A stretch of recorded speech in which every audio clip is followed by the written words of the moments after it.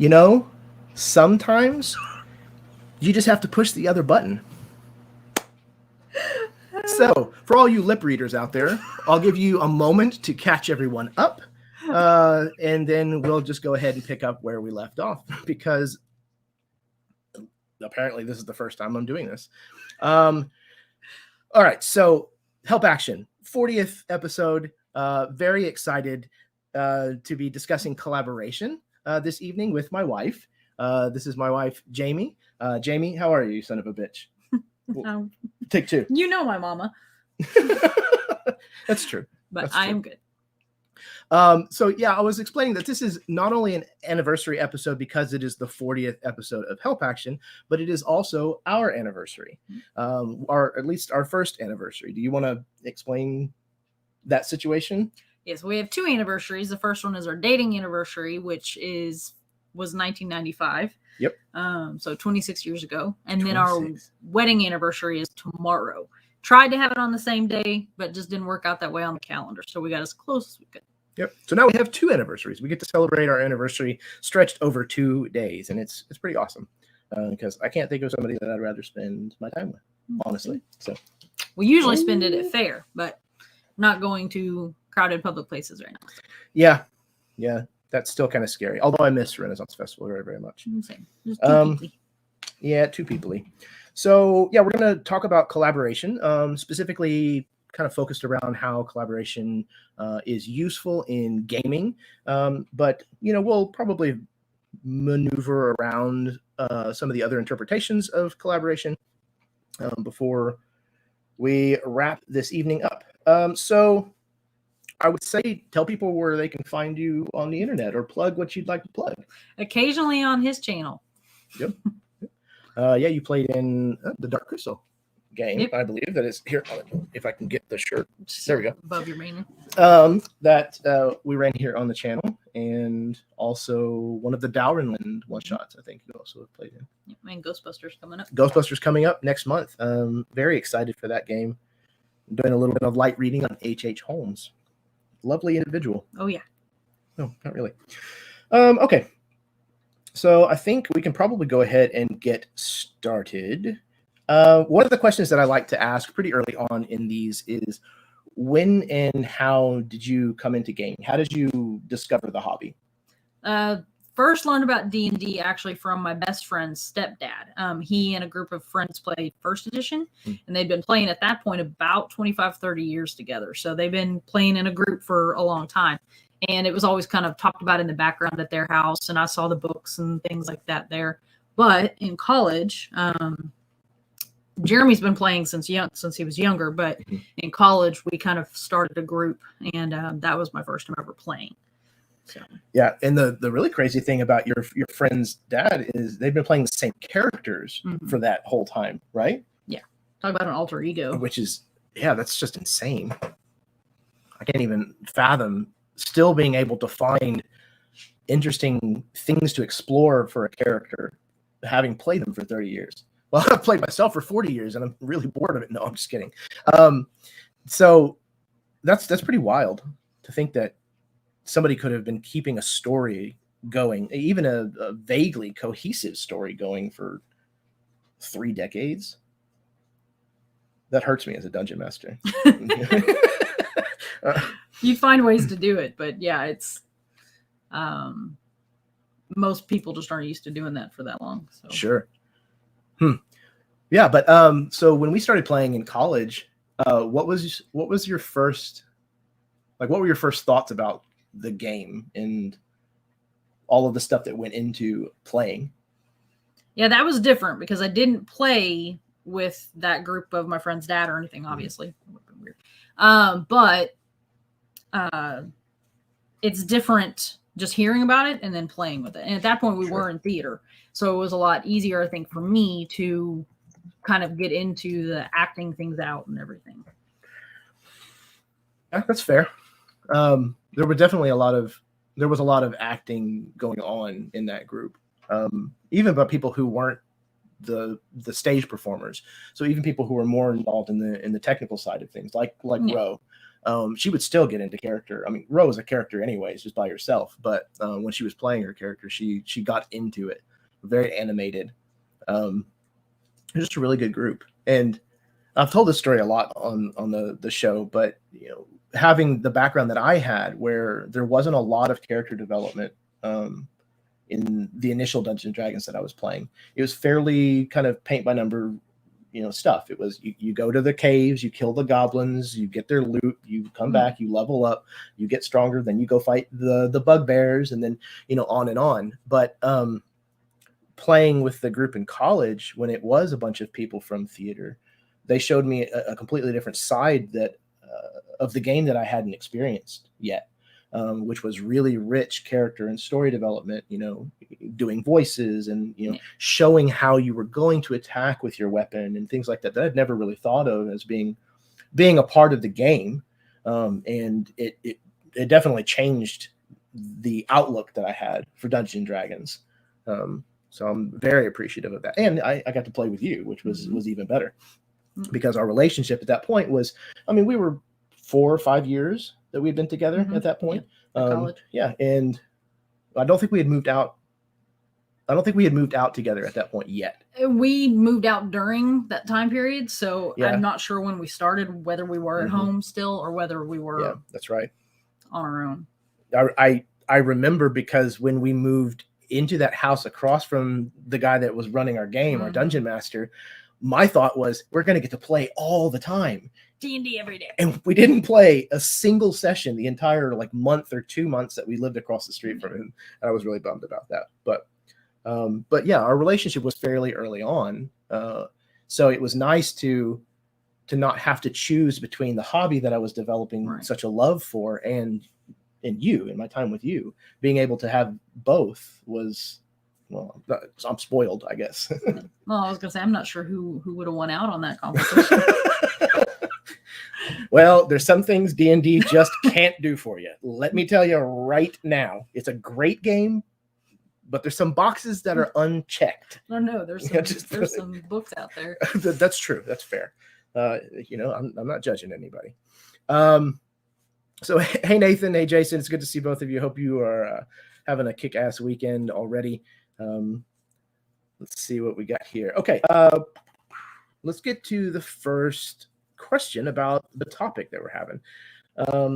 And that is going to be, I'm talking about soundboarding. So soundboarding is something that you've done for me regarding my gaming material for a long, long time.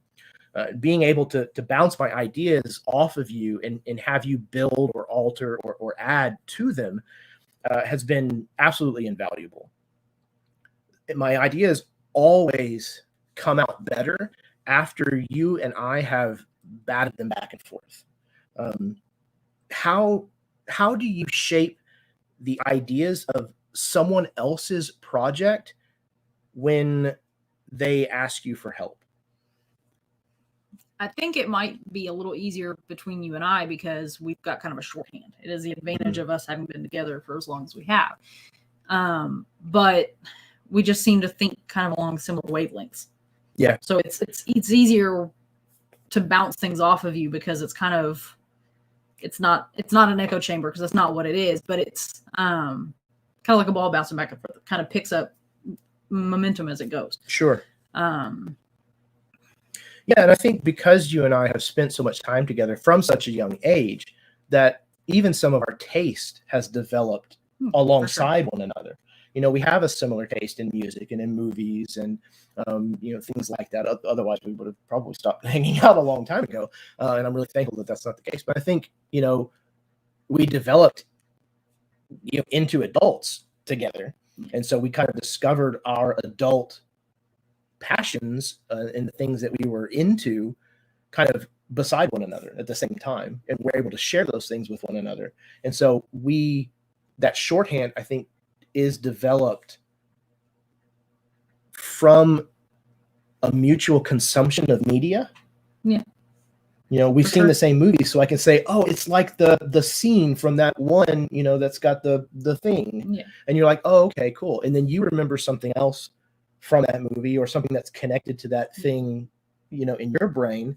And now the net that you're casting for little tidbits is able to be thrown that much wider. Yeah.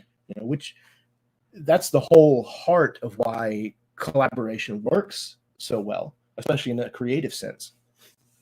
But how is there a difference between developing an idea that is purely your own and helping somebody else develop an idea that they came to you with, like partially developed already? There's definitely a difference. Sometimes it's hard to keep a cohesive line of thought, which is difficult for me anyways. Sure. But whenever you're bouncing back and forth between people. Yeah. Because it's, you kind of redirect, and sometimes that redirect picks up a fire and lights it, and sometimes it kind of derails it off track. Your Ghost Town game that you just ran, that one was very similar to that, because it wasn't working as much. That back and forth, it did keep going too far off track, because whenever we came up with new things, it would kind of go too far off. So it's different writing something on your own, because you're not doing that. But sometimes it's a much flatter story. I don't mean that. I don't know how I mean that, but fine. Like it's true. It's not as rich of a story sometimes, because you don't have somebody else's experiences, things that you haven't had in your life or TV or media, like you said. You don't have that necessarily, that variety. And then, so sometimes having the second is different, because you do have those. It's a deeper story because you've got more influences coming in. Right. And I think that's why it's important, in becoming more obvious that it's important in a wider media sense, for them to bring voices of different walks of life onto a project. People of color, people of different sexual orientations, people who are raised in different cultures from across the world, bringing a collective of diverse voices into the same room to discuss a project brings, like you said, that many more life experiences, that many more ways of looking at one thing in a multitude of different ways to come up with what's really ideally at least, would be the best way to move forward with an idea. And I think you and I working together, the shorthand is really definitely where the strength of that comes from. But because working with a team that is really diverse sometimes can be difficult, because sometimes the ideas, the angles for a different idea are so vastly different from one another that finding a middle ground sometimes can be hard. Welcome to what government probably feels like. Oh God. Well, we're talking about successful collaboration. No, I'm kidding. So yeah, you get too many ideas going in there. Sometimes it's hard to make it mesh. Right. Too many cooks in the kitchen. Yeah. This is the same kind of saying or the same kind of idea behind that idiom. So kind of continuing that a little, communication is something that I touch on in almost every episode on this series, and for very good reason. It's the cornerstone of maintaining any positive relationship, in my opinion. But especially when collaborating creatively, you have to kind of establish an almost brutal honesty with your creative partners. In order to not waste valuable time, you have to kind of quickly get to the heart of what works and what doesn't work. But you want to do that without the fear of hurting your partner's ego. So how do you constructively establish that level of frankness in a way that fosters better creativity, but without being a dick? That's a tricky balance. But I mean, that's the same.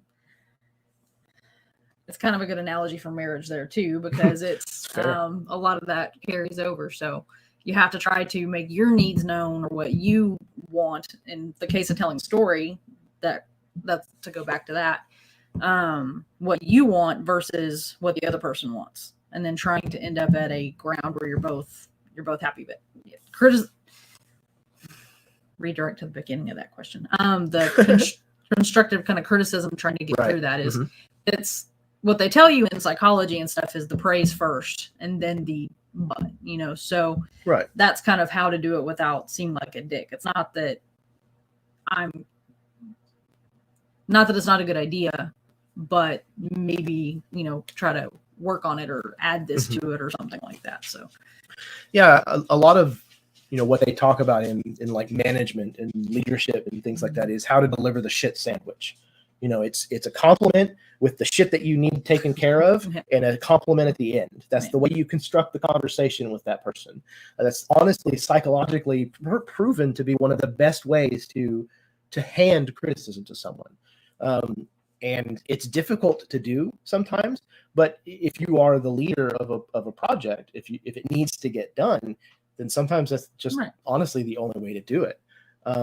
When I was working with Cleve, trying to do independent film, one of the conversations that he and I had pretty early on was that we just had to be honest with each other. If something wasn't working, we just needed to cut to the chase and just say, hey, this is why I think this isn't working, and not get our feelings hurt about it, because that's the only way to make significant progress on anything. Not that we ever made significant progress on much in that group, but the kernel of that is still true.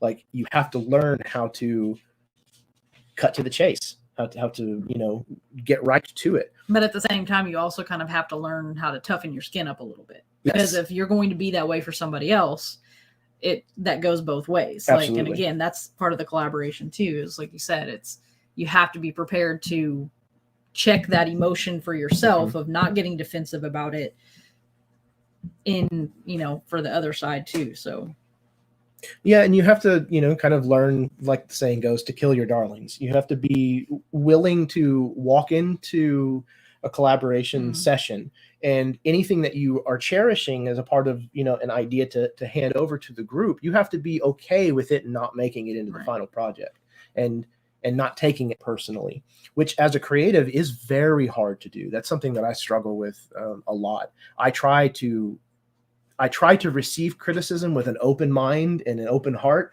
but it is hard sometimes because that initial instinct is to defend the idea. It's, well, you just didn't get the context, or you just didn't understand it. Maybe if I explain it, but the problem is if that's not coming across in the delivery of the idea in the first place, then it might just not be a great idea, which sometimes sucks. But also, I think with any kind of group collaboration, creative collaboration, that your choice of language is also huge. I'm a big believer in this anyways, about choosing your language when you're talking to people carefully. And I think it's sometimes even just as simple as how you phrase things, literally just word choice, and sometimes, inflection and things as well. But you should always make sure that you're encouraging the positive with as much energy as you are pointing out the negative. Kind of going back to the analogy of the shit sandwich.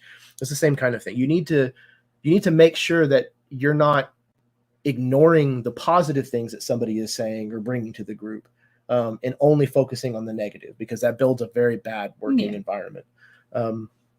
And by putting energy into the positives that somebody's bringing, you're encouraging more of that from them. Right. It's, I really like the direction you're taking this. It's kind of a film noir, what have you. Keep going with that. Right. Like that's great. Yeah, it's positive reinforcement. Yeah, 100%. Psychology 101. Punishment and reward. The basic human animal brain, monkey brain. And even when you are in a group like that, and you're being careful how to phrase things and all these kinds of things, you should still stand up for what you believe works and what you think is imperative. But you always should remember that compromise is a necessity. And we know I'm great at that. But in a group project like that, it's you have to have that, or else you're going to end up with people who are a part of the collaboration that are unhappy, Right. And they're not going to contribute, or they're going to walk away. And you have to be willing to push with compromise every bit as much as you pull. You give and take, but and I think a lot of that sometimes is a factor of trust. Trust given is also trust earned, and Right. and once that relationship is established, then the working relationship tends to fall into step better, usually. Yeah.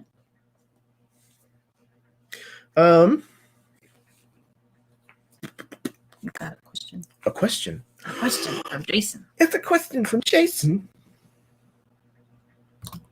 Jason asks, what are your thoughts on individually branching off with a shared project? Maybe exploring this topic or that topic.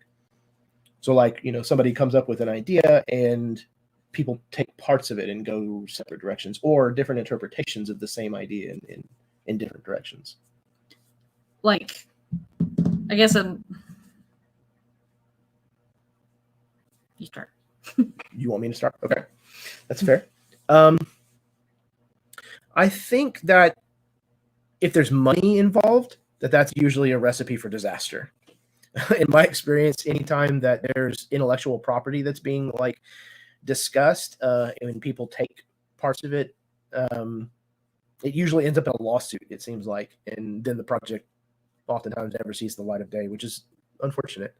But I think that if it's done correctly, I think it could be really strong. I just lost his name. Jon Favreau, showed that that's a really powerful way to make something like with The Mandalorian, where I think every episode or every other episode was directed by a different person, and he was just kind of the head wrangler, if you will, of all of the directors, to make sure that lighting was cohesive, and the costumes were the same, the style kind of matched throughout the whole series. But he allowed the individual directors' voices to kind of come through in each of these particular stories, and that way they were able to tell some really interesting elements of the Mandalorian's kind of arc. Whether it's something a little bit more mysterious and dark, or something that was a little more lighthearted and funny or endearing, and they were able to kind of cover all of those instead of having to rely on a director that has like one way of telling a story. And I think that's just an example of how that can work in my mind. For sure. It kind of goes back to what we were talking about earlier, about the different life experiences bringing different energies or different points of views to that same story. Yeah, 100%. One of the projects that we worked on with the independent film company was a script that Cleve and I wrote called Brink. And it was kind of a story about, a group of young people that were, mixed between boys and girls together, kind of having this weird, crazy night that was all based on kind of like one different decision early in the evening. Yeah. But one of the early notes that we got from some of the women that we had cast was that the writing for the female characters was really unrealistic. Mm-hmm. And that was a note that I took both really hard as a writer, but also that really struck a chord with me. And that made me stop and understand the importance of why you should collaborate with more people. If we had a woman help us write the script, then the female characters would have been written from a more realistic point of view. So yeah, that's the kind of thing that that's why I think it's important to bring in those kinds of different voices, especially for something like Dungeons and Dragons, where the person running the game is going to be telling the story of a multitude of NPCs, maybe even multiple villains, right? As well as having to be invested in individual character stories that are all vastly different from one another. So I think having more voices in the mix is always going to be a good thing. Well, and it's somewhat of a different kind of collaboration, but the D&D campaign that we did of Mike's, that was the overarching. He started the campaign and ended the campaign, but each one of us at our home table went around and took a turn DMing through this same story. And that was really interesting to see how we each kind of approach not only our DMing styles, as some of us were figuring that out, but also just creating kind of that story seen through different people, versions of the same reality seen through different eyes, kind of, so to speak. Yeah.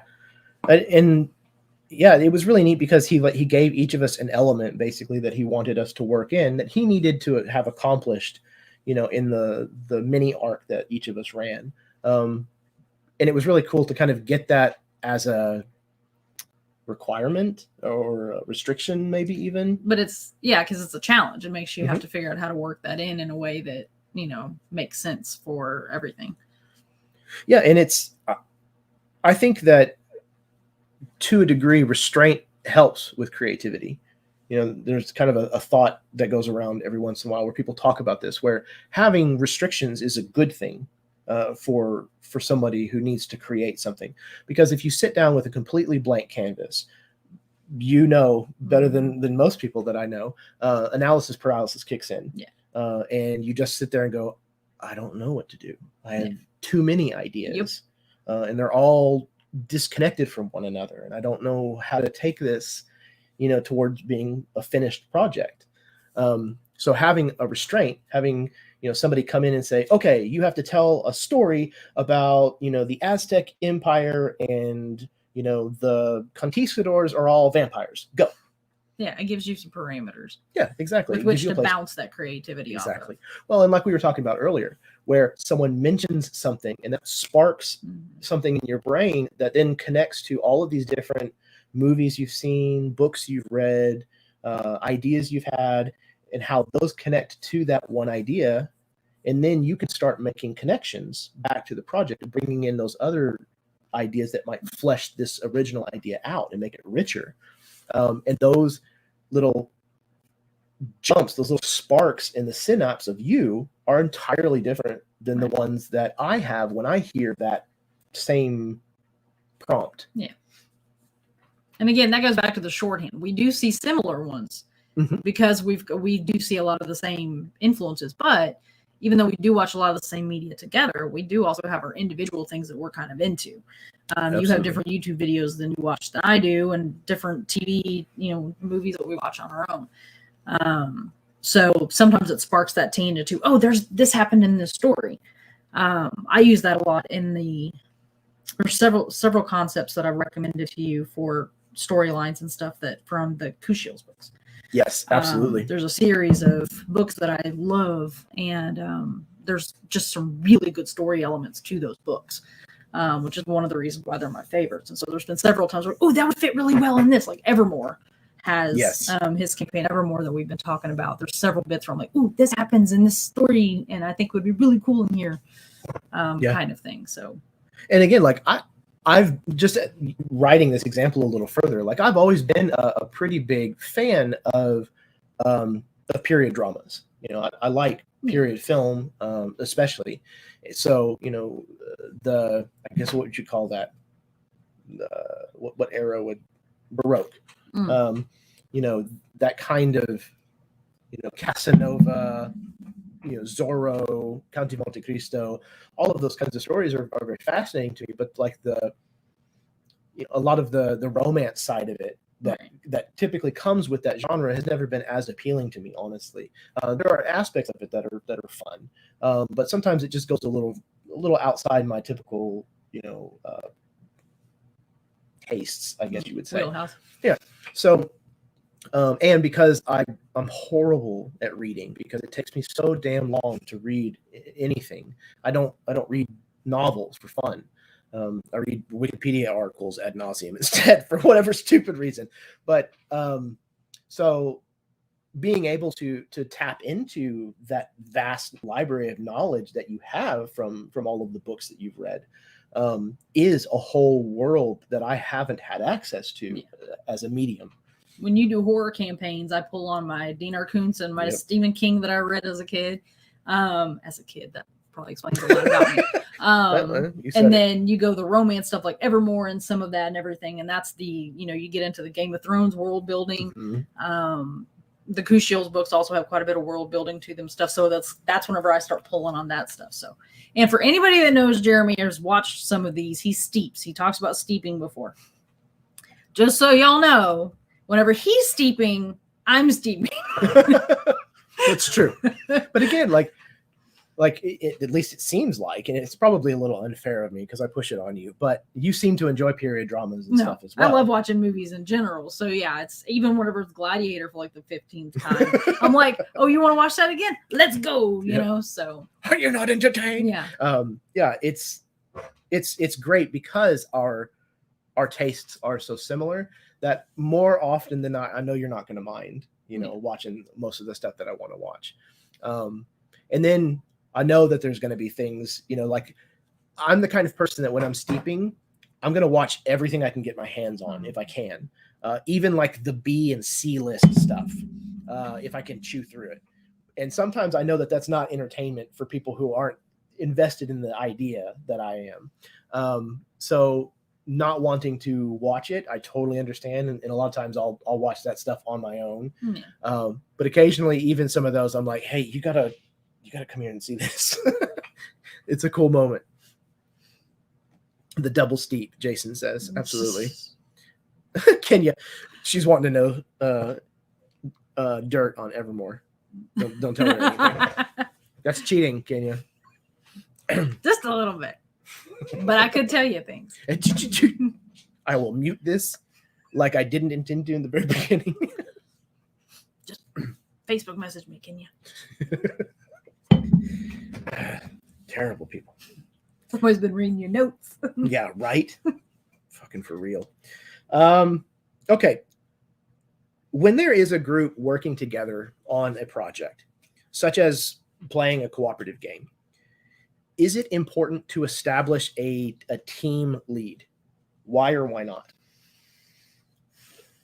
I think that kind of depends on your group of people. Some groups seem to need it to keep somebody with a cohesive track, but also somebody, like you said earlier, somebody kind of has to make the call of what is and isn't going to work for that particular thing. So if you don't have somebody to kind of make those decisions, then your project might end up kind of wandering around a lot or not feeling cohesive.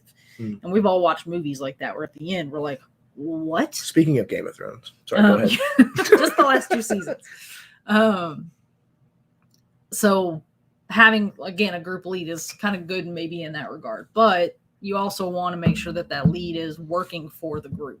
Yeah. And not just out for their own interest, because then you end up with somebody who's not open to new ideas, which is the whole point. I'm sorry. That's okay. I don't know if you guys can hear the tapping or not, but nervously she's shooting her 6 guns over here. It's good. You're good. Whatever. Anyways, so yeah, having somebody has to be on your side.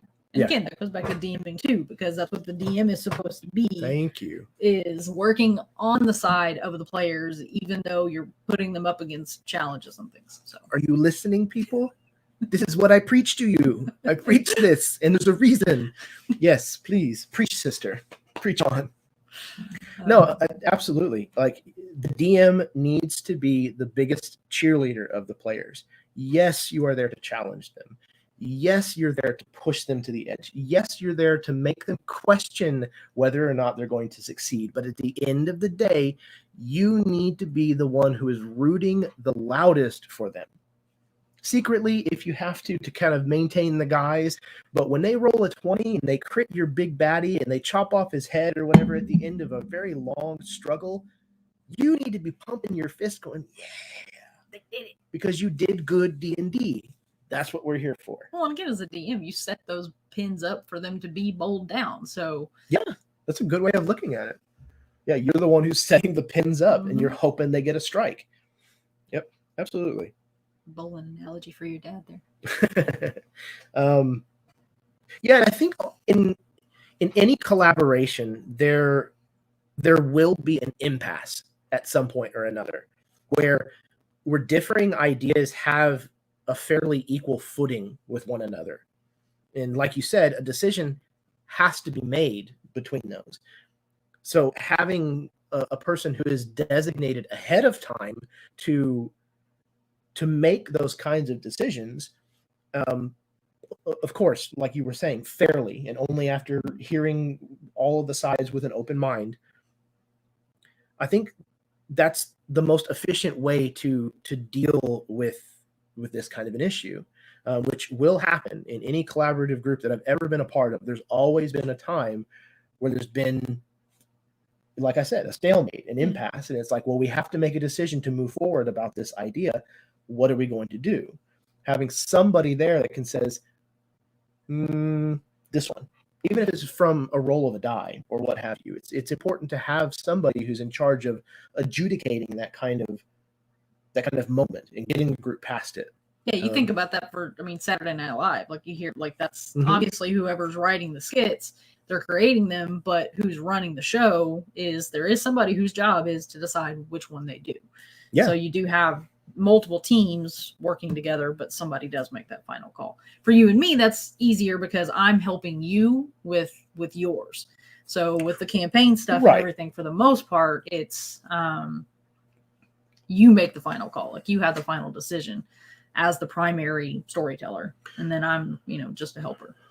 Right. Well, and there has to be a singular final lens, a singular final voice, if you will, a final touch that helps make the entire product have a better sense of cohesion, of, like we were talking about earlier, with Jon Favreau being kind of the showrunner for The Mandalorian.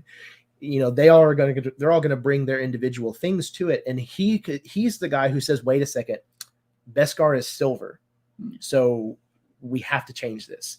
Like, I know that sucks, but it has to be changed in order to fit with what we've already established as canon and all that kind of stuff. So having somebody who kind of brings that cohesion, that polish, to the outside of the final product is imperative. That's why, like, typically movies have like a single director. If they're multiples, it's usually like two people kind of thing.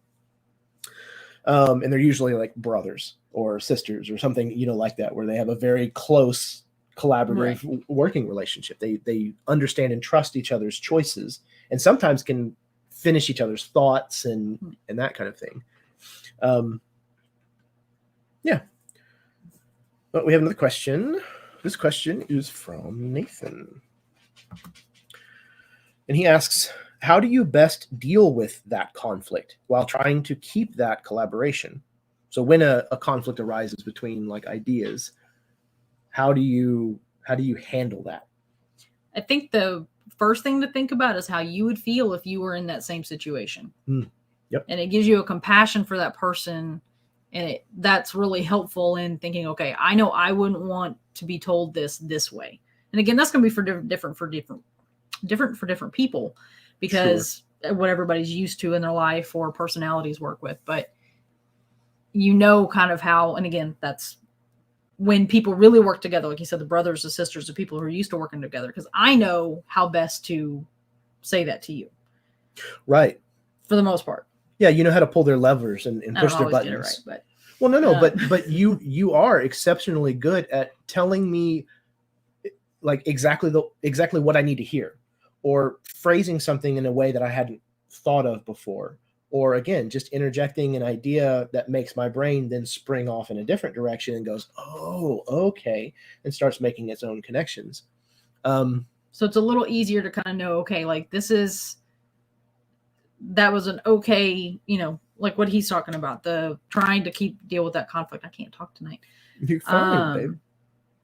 But again, that compassion. So knowing that being kind is going to be more productive in the long run, or more desirable in the long run, than just putting them down, Yeah, for sure. So you have to that's the first thing you got to figure out, I think, when working with somebody. Well, and like you said, there's that secondhand language, that shorthand that you develop with someone that you know really, really well. And if you have collaborated previously, or for a longer period of time, then you get to understanding what what their responses are. Just like when you're DMing a player at a table for a long time, you understand their psychology a little bit. It's like, if I reward so-and-so with physical treasure, that gets them really invested.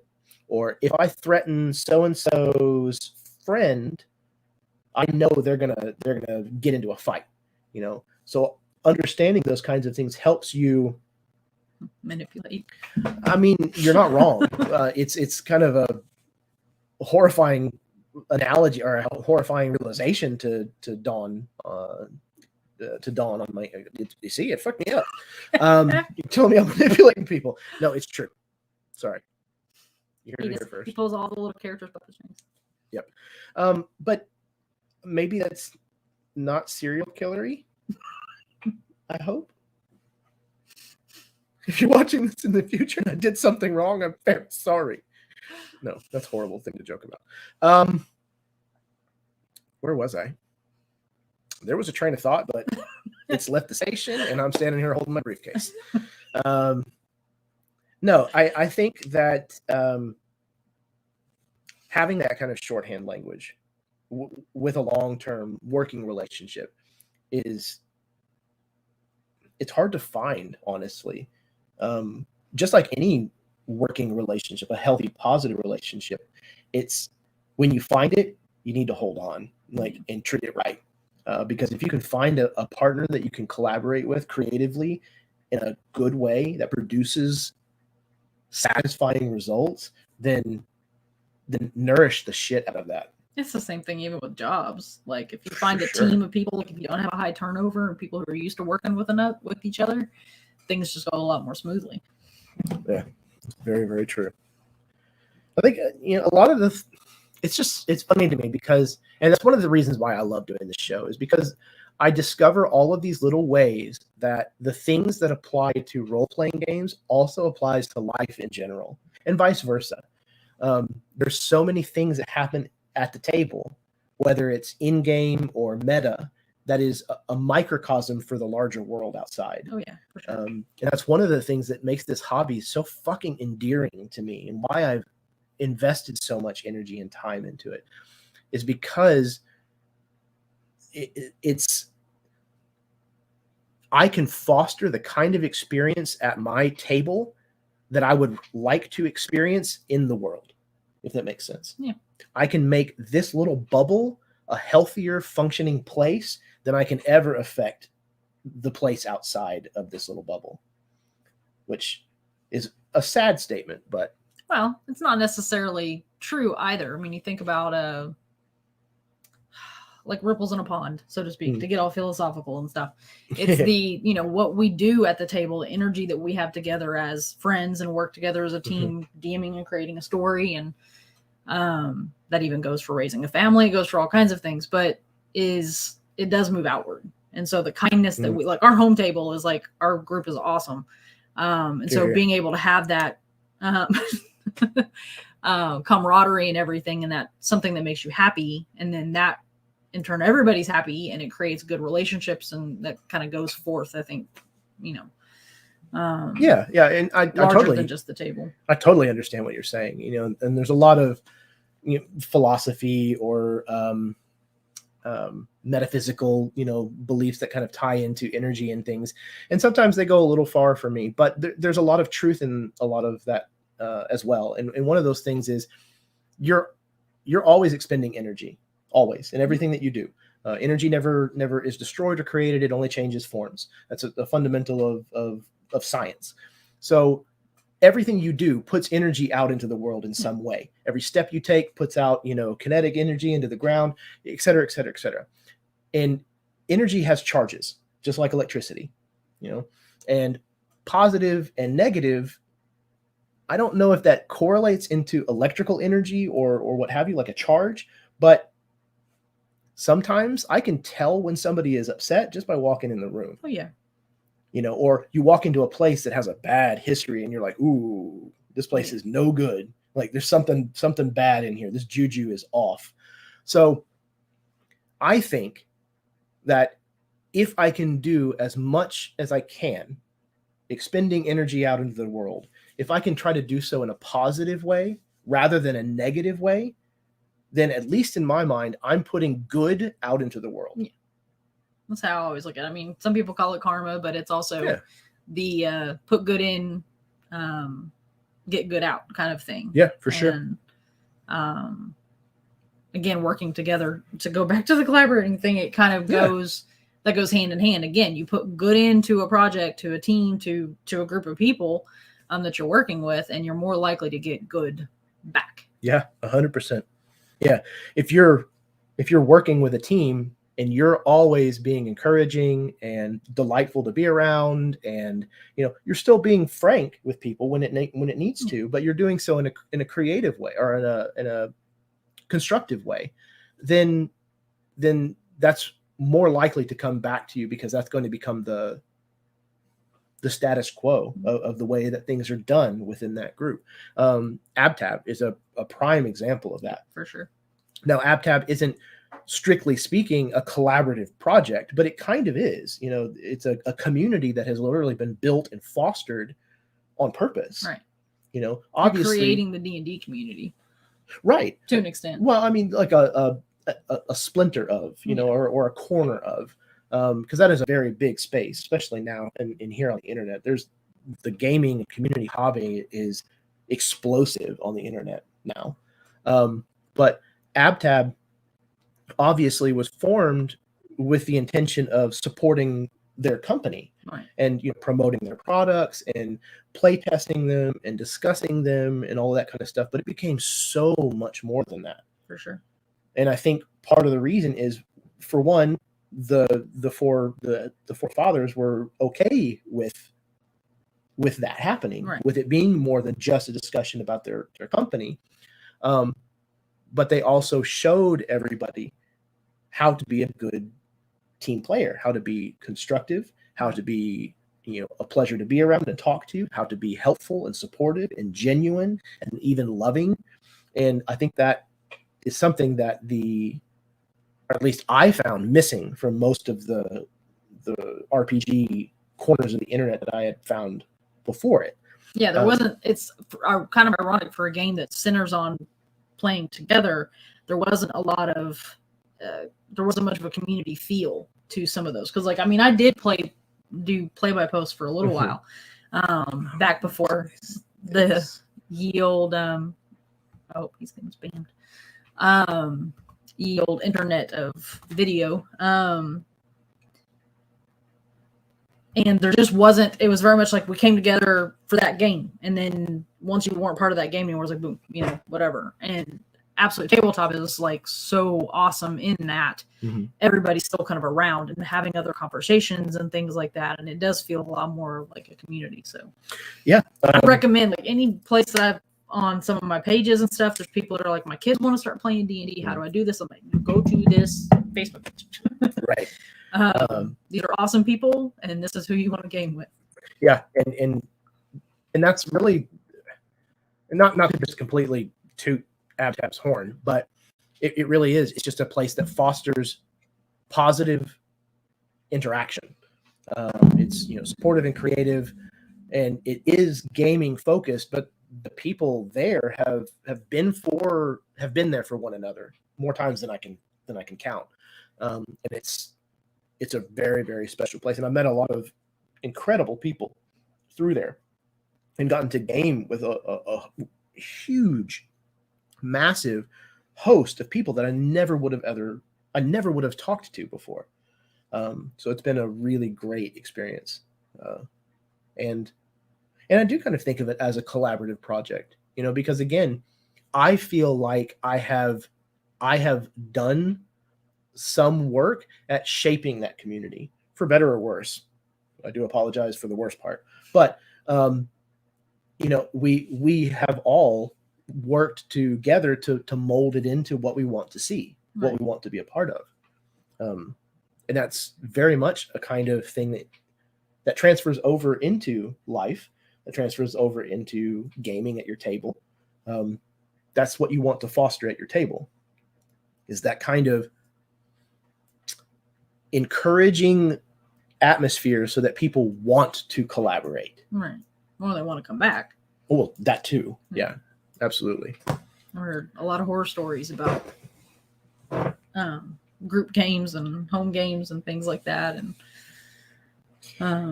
not everybody works well together. So that's a fact of collaboration too. Sometimes there's just people that you're not going to work well with, and it's a good thing to know when to walk away if you can. And testify. Holy shit. That strikes close to home. Been there and done that. But yeah, it's very true. Again, it a lot like life. Sometimes there are people that you are better off without. Just plain and simple. And yeah, people who do not collaborate well, who are very selfish or no. Not the selfish part, but sometimes I don't collaborate well. No. I can be a little stubborn. I'm going to go back to my questions now. Mm-hmm.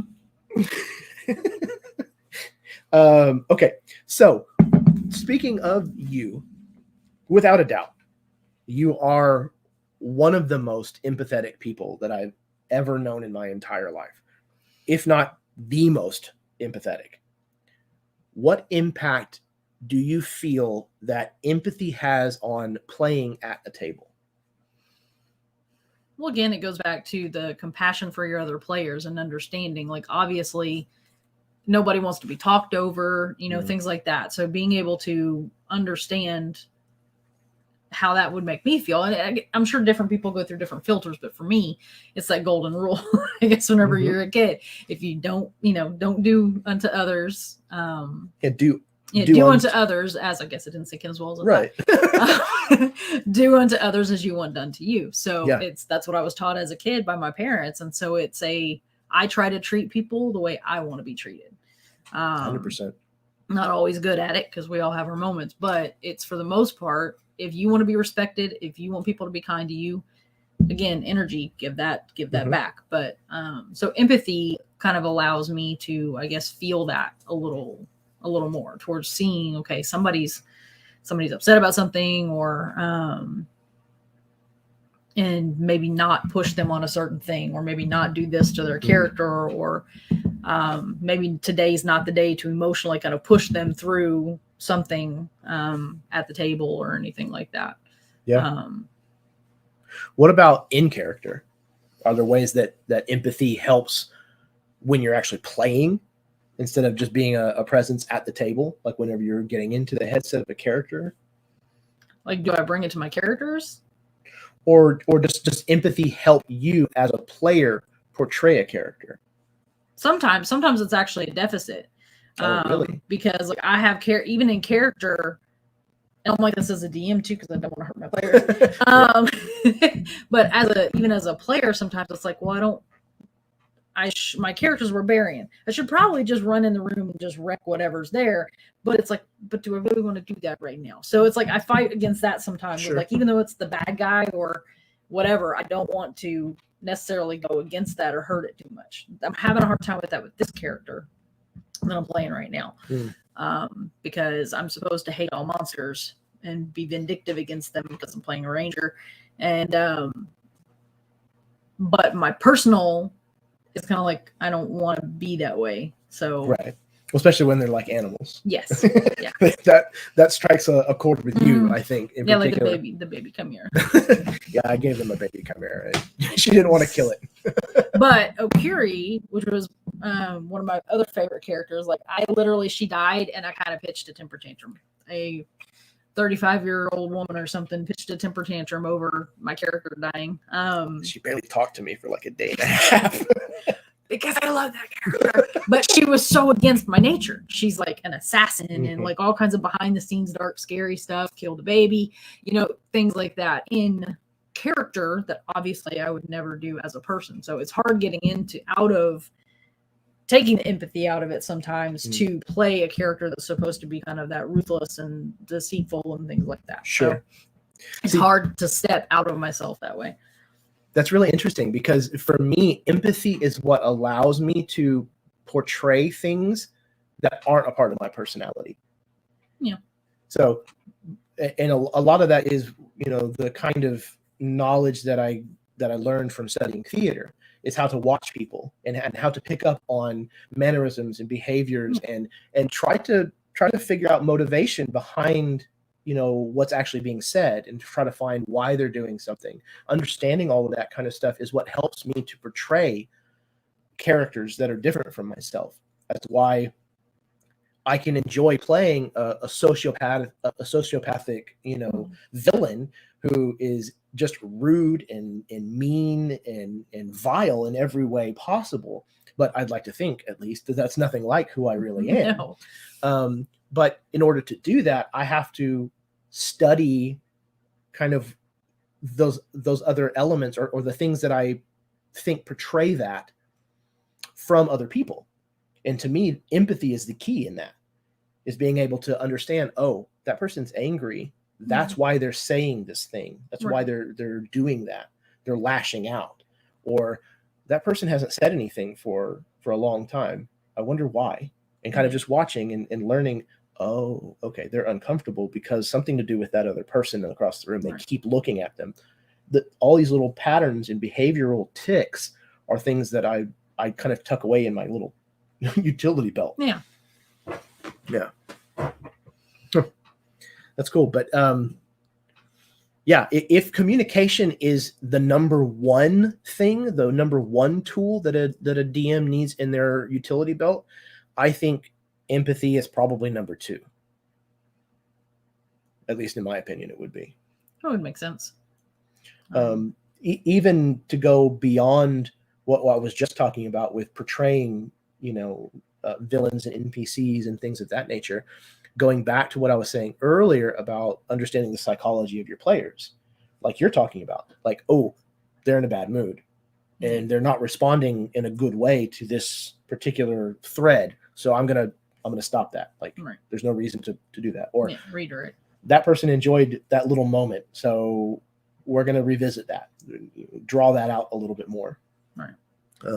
You know, oh, they're really responding well to this NPC. Okay, maybe I'll have them come back later. You know? And that's how whenever you're running games, at least our home game, that's part of how you are able to pull the strings of the characters and things like that, because you pay attention to those things. Okay, this player really seemed to kind of pick up on this particular activity. Yeah. So now I know that that's kind of something to do with them, or push the storyline sometimes, because some players might like to be pushed in kind of a, you know, make me deal with this kind of way. Hurt me, please. Yeah, but understanding that, okay, today they're not, you know, quite on point with that. So, absolutely. And again, that is not to say that any of this stuff like would replace safety tools to have at your table. You know, lines and veils, X cards, red light, green light, all of that kind of stuff is still valid in a completely separate way, and you should keep those as well and not rely solely on your empathy. Even if you consider yourself quite an empath, it is still a good idea to have those kinds of safety tools in place. So kind of talking a little bit about that, many people are introverts, or they can be shy, but that doesn't mean that their ideas are any less valuable in a collaboration. Right. But what are some healthy ways that a person can coax input out of someone who is a collaborator or a gamer, but is kind of hesitant to share their ideas? And alternatively, or adversely, what are ways for introverted gamers or collaborators to overcome that hesitation? Trying to go back to question number one. Sure. So what are healthy ways for a person to coax input out of a collaborator or a gamer? Making them feel secure, I guess. And how to go about that is a much harder question to answer, but because that's going to be different for different people. But just again, showing that like you're part of this team and your input as good as everybody else's. It's just sometimes you have to advocate for those kinds of people, because they're not likely to be the one that's in the back of the class or the back of the room going, hey, I got an idea. They're the ones that you can see the wheels turn, and you can kind of see that they're thinking and stuff, and you know that they've got an idea, but you're going to have to kind of make them feel comfortable enough to pull that kind of out. Yeah. And sometimes that could be cracking jokes, I guess, for some people. That could Sure. be just going around the table and saying, "Hey, what do you think of this? What do you think of this? What do you think of this?" I'm kind of not putting them on the spot. It feels like that whenever somebody does that to you, but just making them like, "Hey, I want to know like what you think too." Yeah. And it's funny that you say not to put them on the spot, because that's usually the way that term is kind of coined in the gaming, or at least in the performing art part of the gaming, is to shine the spotlight or to share the spotlight. But see, that works for different people, because just like in our theater days, so in our theater days, he wants to be on stage. He's the actor. He wants the lights, the camera, all the stuff. This is what this is. This is what the online gaming is for him. Is that's his acting, his directing. It's all of the things that writing, all of the things that he used to love to do in theater. He gets to put it all together in one place. You don't know me. Not at all. But it's also, dang, I lost my train of thought. I was the acting side. Yes. I don't like being put on the stage, on the spot. I did costumes, I did props. Put me behind the stage. I will help everybody look good, but do not put me on the screen. And that still goes true, because I'm a nervous wreck about being on here right now. And he's like, whatever, it's cool, because he does it all the time. He loves it. It makes me nervous. So anyways, you're great. You're doing fine. The people love you. You can't hear, but they're clapping right now. See, you're a natural. What are you talking about? Anyway, but what was the second part? The second part.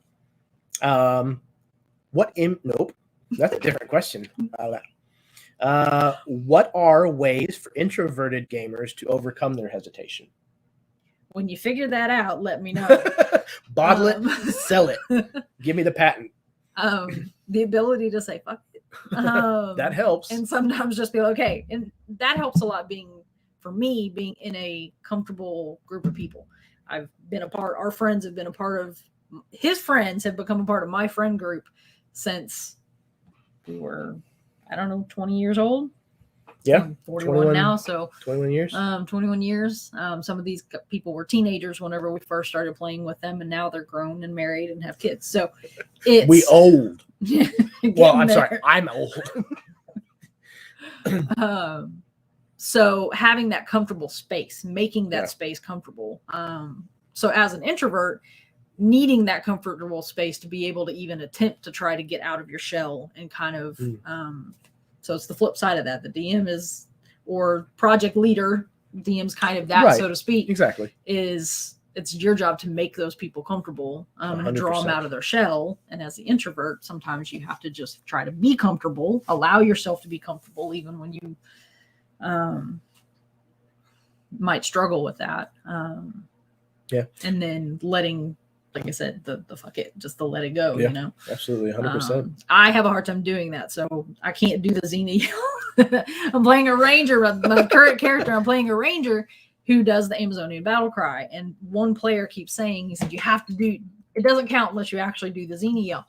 And I just can't, I can't do it. I can't get past that to do the Xenia. You don't need to do that to entertain them. Oh, I'm not worried about it, but I mean, in the game last night, I had a moment where I was like, ooh, I don't know if I want to go this far. I don't know if this is too much or whatever, but I said, fuck it. And I did it anyways. My character was that the yelling? Yes. Yeah. Twice. Your child was like, is daddy okay? It happens all the time, especially on Thursday nights when he's playing Talmud. Sorry. In Dawnbringers, Barbarian. all the time he's like, is daddy okay? And I was like, daddy's fine. So if something ever does happen out here, you're going to have to text the Talmud who screamed. Yeah, wolf. I don't know, scream banshee, something like that. Yeah. No, I was screaming like it was supposed to be like the Chamberlain. Because, anyways, I'm not going to go into details about it. Waste that time. But it was one of those moments where I was like, oh, I don't know. You know, I don't know if I should do that. And I was like, no, fuck it. Yeah. And that's pretty much a standard for Talmud, at least, is fuck it. And that's one of the reasons why he's so much fun to play. Honestly, is because he is my excuse to just throw it all to the wind and, you know, just be crazy and wild and kooky. Not that I need much of an excuse, mind you, but no, I think that I think trust can go a long way establishing trust and that has been at the root of a lot of what we talked about. 100%. Just having, sorry, derailed you, but being able to trust who you're with and who you're collaborating, working with, as well as trusting the people that you're working with for both sides, for them to give you good ideas, as well as them trusting that you'll take those ideas. Yeah. And I think collaboration and trust go hand in hand. I don't know that you can really have good collaboration, at least, without some level of trust. Won't be nearly as productive. No, absolutely not. And a lot of that is, like you said, you're trusting them with your ideas, a lot of people who are creative, when they create, there's a vulnerability there.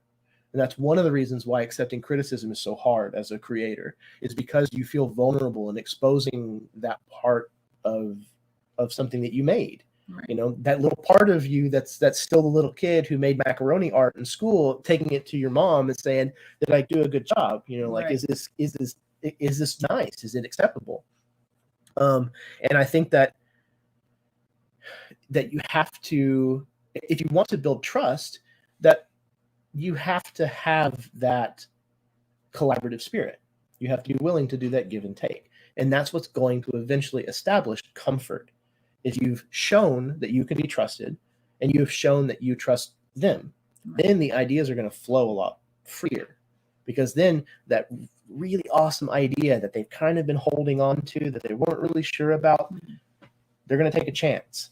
And often those are the ideas that end up being the gold, because it's like, holy shit, nobody else could have come up with that idea except for you.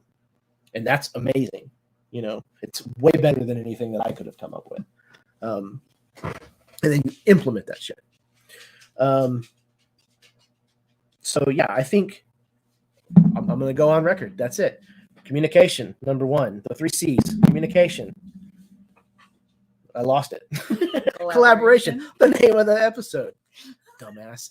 Communication, number 1. Collaboration, number 2. Number 3, comfort.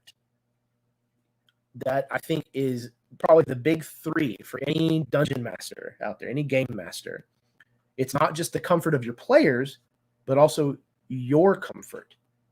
Because if you're comfortable doing what you're doing, then you're going to be a lot more open to, you know, moving ideas on the fly with improv without hesitating too much or worrying about it too much. You can think on other things and not have to worry about the minutia of the other things. Make yourself comfortable. I'm not talking about, you know, show up in your boxer shorts and your tank top, you know, kind of thing. I'm just saying, just make sure that you have prepared what you know you're going to need, so you're not worried about that. Make yourself as comfortable as you can. So the 3 C's, there you go. Jeremy's School of Dungeon Mastering, for what it's worth. Masterclass. I'll charge you $4.99. I don't know what I'm talking about. Where were we? Who's driving this thing? All right. The last question that I have is, what are some tools or techniques that a gaming group can use to better organize their ideas and compile their notes into a more collaborative creation? I don't think our group does that. But can you think of any that would help? Even from other things that wouldn't normally be associated with gaming? I mean, take notes. I mean, have somebody that's in charge of being the historian for the group to keep track of the ideas. Because whenever you're spitballing, some really amazing stuff comes out, but sometimes it happens so fast. Or again, if there's a lot of different people kind of working on the same thing, somebody's idea might get lost. So having somebody to keep track of what's going on. And once you do decide on those bullet points of what you're doing, to have those written down, to be able to then expound, you know, kind of expand on. Sure. And different people do different skills and things. So sometimes it might be, okay, we need this kind of story or this kind of character. So maybe this would be a good person to do that, and things like that. So, but actually at the table, like we have somebody that does party pot. and keeps track of those things. And that's helpful. Yeah, we call it party pot at our table, and obviously a pot is like, you know, in gambling where you would put everything in the middle of the table, but also like it stands, or at least the way we do it in our group is it stands for pieces of treasure. So it's literally party pot. And somebody keeps a tally. They just write down every piece of treasure that we get. And occasionally we go through and say, okay, who wants the slippers of spider climbing? You know, who wants the potion of heroism? You know, okay. And that's kind of one way that we work together or collaborate to help the DM is somebody usually keeps track of damage. Somebody usually keeps track of the party pot, things like that. And then sometimes we've got people who are keeping track of what happened where, things like that, pertinent parts of the storyline. So that helps us work together, and it takes the load off of the DM of not having to try to balance those things, spin those plates, as well as keeping track of the storyline and in your case assets, because you know the pictures and music and things like that. For running online. And we were actually talking about this on the MTD Discord the other day. Nathan and Jake and I were talking about it a little bit, that assigning someone else to keep track of monster damage, and you know, they just occasionally checking with you and telling you Harpy number 6 has 37 points of damage on it, and you look at your notes and go, okay, they have 45 hit points, they can go a little longer. You know, or they have 38 hit points, they did 37 points of damage. Okay, this attack should probably kill them. How do you want to do that? You know, instead of having to constantly be tracking hit points for multiple monsters at once, in addition to everything else that the dungeon master is doing, having a player at the table take care of that. That's easily something they can do in between turns that gives them something to do. To stay invested in what's going on, to continue to pay attention. It's really helpful, honestly. That's another way too that I think that you kind of help pull the introverts out, not just the introverts, but out of making gaming a group effort instead of just the DM, you know, running the show. You involve the players and things by asking them, like, okay, you guys, this is what happens. Explain this to me. Or instead of you choosing to describe what happened, allowing the players to give input and things like that in the scene, event, whatever, and actually get them active. So the question earlier about the engaging introverts and things like that. So it kind of goes back to that of trying to invite people in to the story, to telling the story, to collaborate, to having a part in telling the story. And that's something that I picked up from Will Wheaton's series that he did on the internet called Titan's Grave, which was a really awesome what is the system? AGE, I think is the name of the system. Anyways, it was a short internet show that he put on. It was very well produced. Some very good players, and Will Wheaton was running the game. But that's where I got a lot of the things that I kind of utilize, that I keep in my tool belt now as a DM. Things like asking for secrets ahead of time for players, asking them to make connections with one another, those kinds of things. But one of the big ones for me, the lightning moments, was at one point he had them walk into a store and he said, there is something on the shelf that you feel like you need to have. What is that? Describe it to me. Right. That moment was just such an eye-opener for me. I was like, holy shit. Because as a dungeon master, I have certain things that I need or want to happen, certain triggers that I need to happen. I need them to run to investigate the sound of the explosion or whatever. But sometimes it's not important for me, for my goals, how that thing happens, just so long as it happens. Right. So for me, I give that as the caveat. I need this thing to happen. You tell me how that happens. That all of a sudden allows me to try to accomplish the goal that I need without forcing anybody to do it, really. Railroading. Right. And you get to interject as much flavor or characterness or what have you into how that happens. And while you're doing that, you have now collaborated and added something to the game and the setting that I wouldn't have done before. And now the finished product is so much more interesting because the how you get to the point that I need you to do is intriguing. It's interesting. It leads to more questions sometimes. So I love that shit. Put it in my veins. Well, and sometimes like in the situation of like puzzles and things like that, sometimes it's the only way it gets solved. As you'll get stuck on something and somebody else is like, oh, okay, like they see it from a different perspective, different point of view, and it kind of can change the way you look at things sometimes. Yeah, 100%. And even going beyond just the value that kind of diversity has in collaboration, again, kind of touching on something that we've spoken about earlier, realizing the value of what diversity brings is a really healthy outlook for life in general. Yeah. Understanding that you don't know it all. It doesn't matter how fucking smart you are or how worldly or experienced or old you are. You haven't seen it and done it all. Somebody out there has a different perspective, has a different life experience from you. And if you just sit down for just a moment and genuinely listen to what they have to say, you will be surprised at how much your world will open.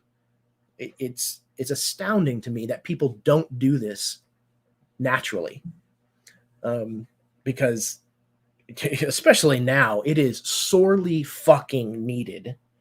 Yeah, but not everybody was raised in that kind of environment where that's fair, but what they were taught to do. So yeah, that's very true. That's very true. And I take that for granted, very much. That's a very much, I guess, probably a privileged outlook, honestly.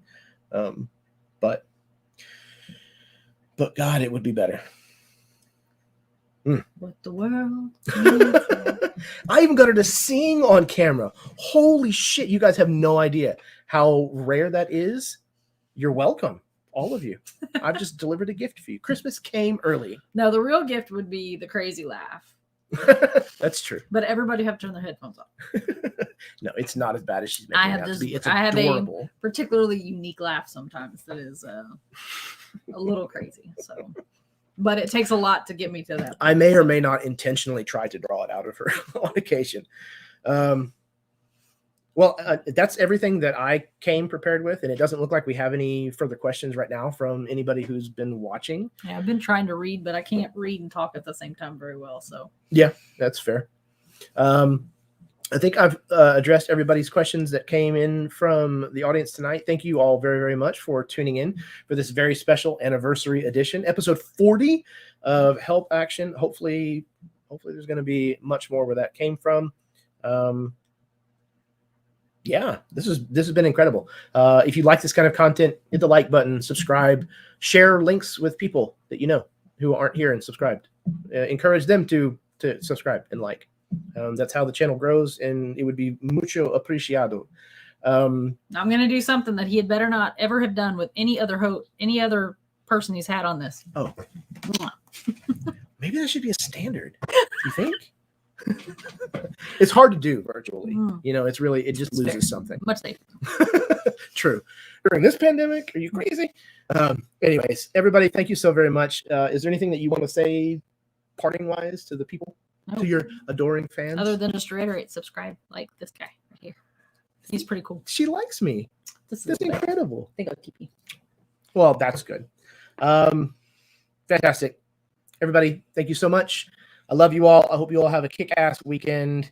And until next time, may your dice roll high and your snacks always be within reach.